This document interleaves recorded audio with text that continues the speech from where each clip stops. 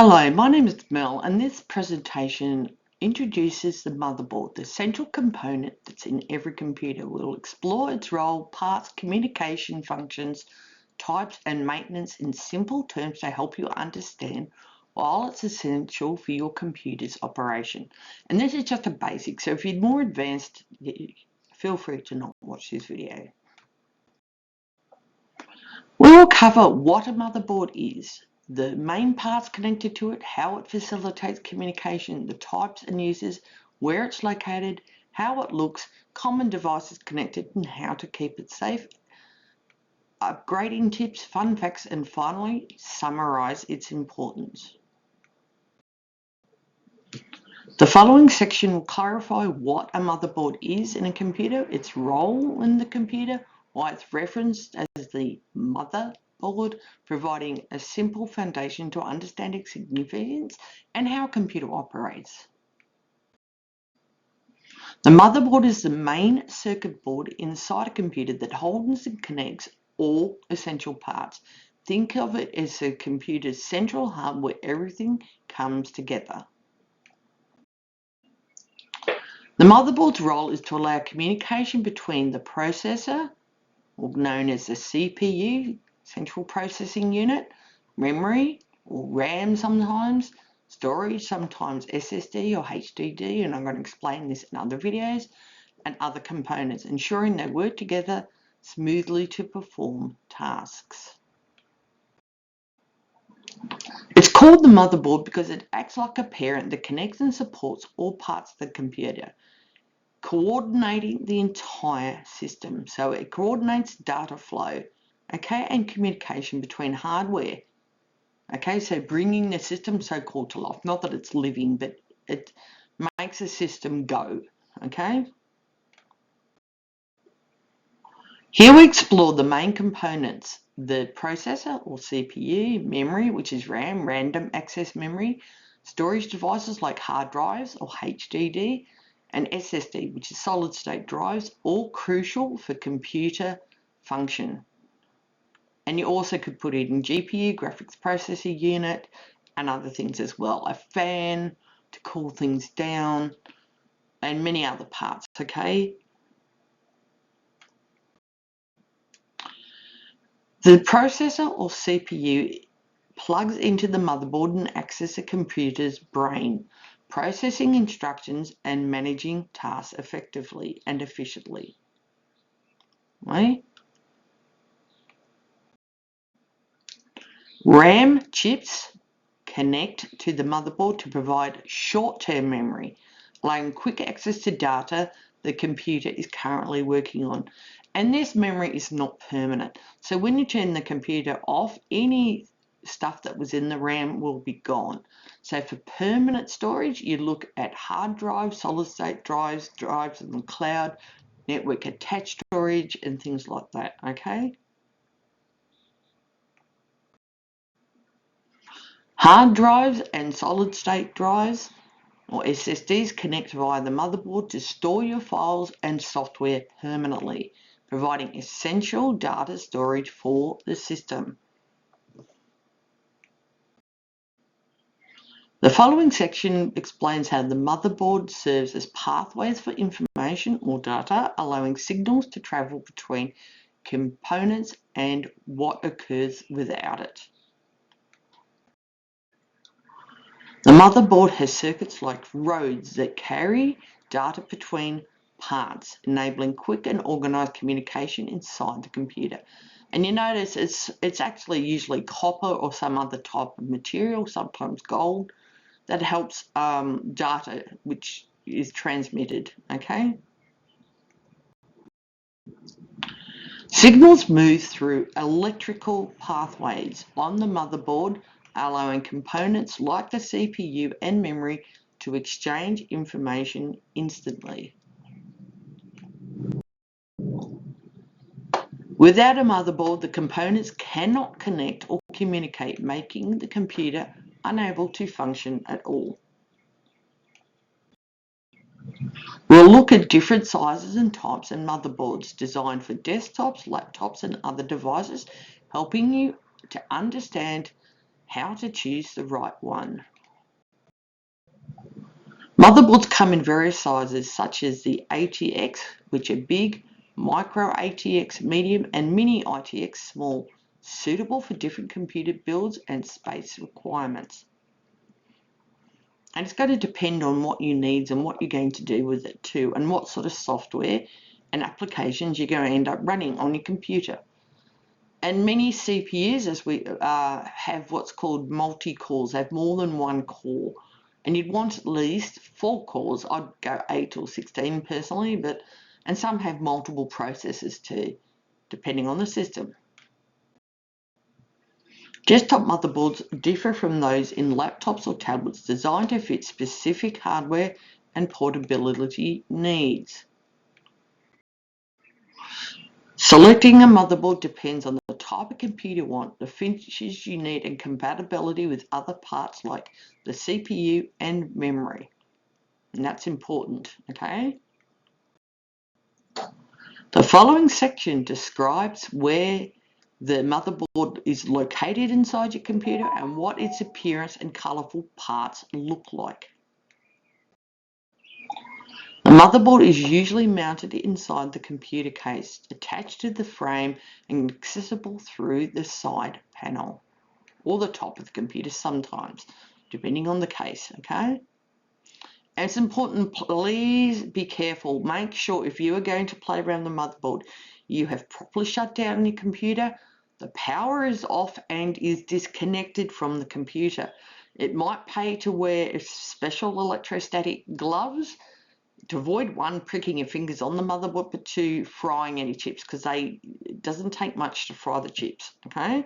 So it's very important that you have electrostatic discharge straps on your arms, have electrostatic discharge, like a strap that goes on your hand, electrostatic discharge mats, you know, your computer, and you have gloves and everything like that to protect yourself and the computer. And as I said, please, please, please, shut down your system properly and disconnect any and all power from the system before you do anything.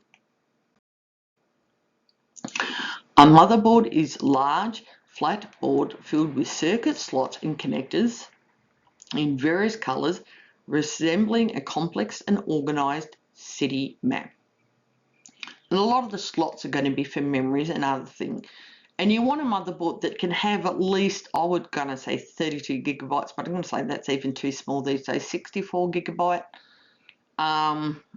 and more, you know, like you get up into the terabyte memory, and depending on what you want to do, but 32 is minimum, and I would even go high if you can, but that does cost money and you need to remember that. And you want to tell the CPU what type of chip it is. Intel's quite good, but can be expensive. So make sure you compare the chips and make sure they have a good knowledge. So look up what types of chips, like the i9, I think in Intel is the latest one.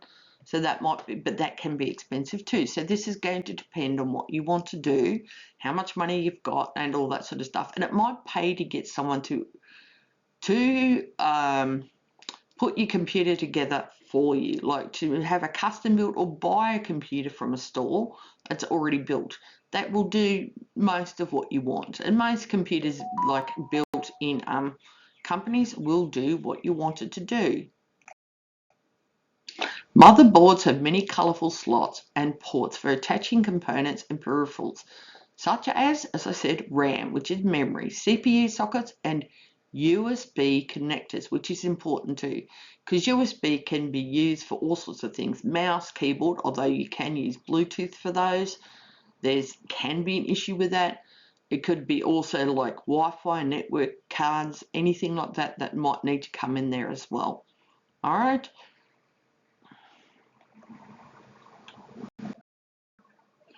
We will review in the following section common devices connected to the motherboard like keyboard, mouse, monitor, speakers, and other peripherals through various ports.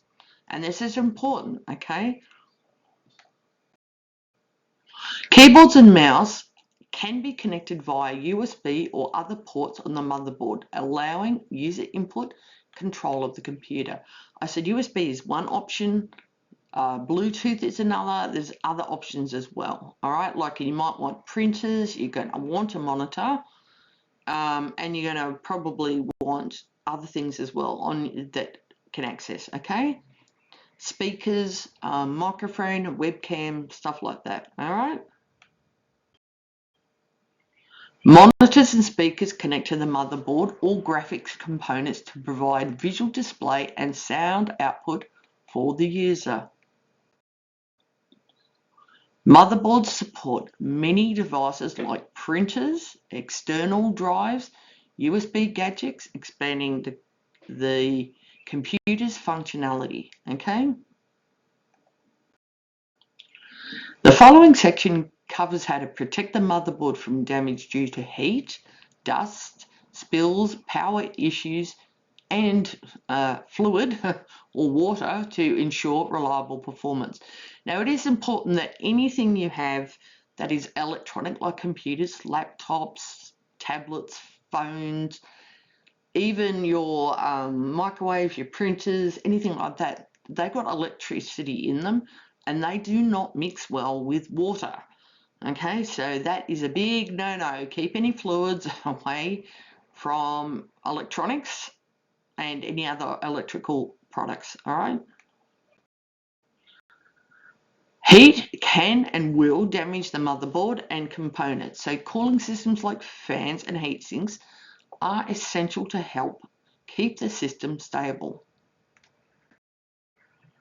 Keeping the computer clean and avoiding liquid spills help prevent damage and maintains the motherboard's proper function. A stable and reliable power supply is vital to protect the motherboard from electrical faults and ensure smooth operation. Now, you also should have your computer plugged into an uninterruptible power supply, because every power supply you get from anywhere is usually going to have some sort of degree of power surges.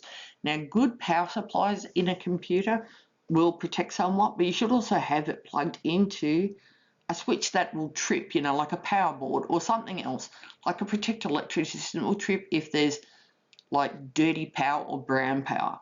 Okay, so electricity will and does spike, so you just need to be aware that is an issue, all right?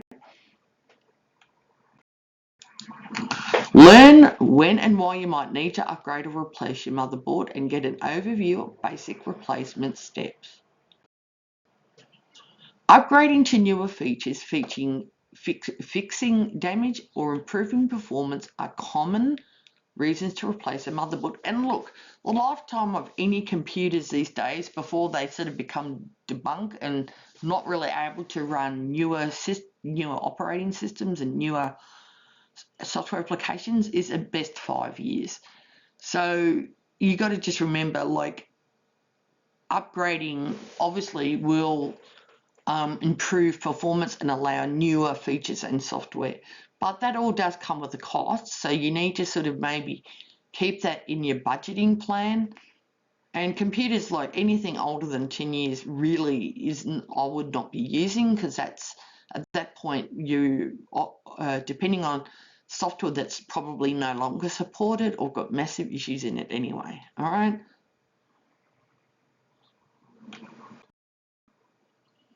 A new motherboard can support faster processors, more memory, and better connectivity, enhancing your computer's capabilities. Replacing involves disconnecting components, removing the old board, installing the new one, and reconnecting all parts carefully. Now, important step, please back up all your data and applications to the cloud before you do any of this. And again, make sure you have electrostatic discharge strap, you have appropriate computer tools, like usually jeweler's screwdrivers to help unscrew or get things like chip things you can pry out or not, or whatever, if you need to do that. And again, disconnect, shut down the computer once you've backed it up, disconnect all power, wear gloves, and maybe print out instructions, step-by-step basics of how to do it, all right? And again, like if watch videos of how to do this before you attempt it yourself. All right.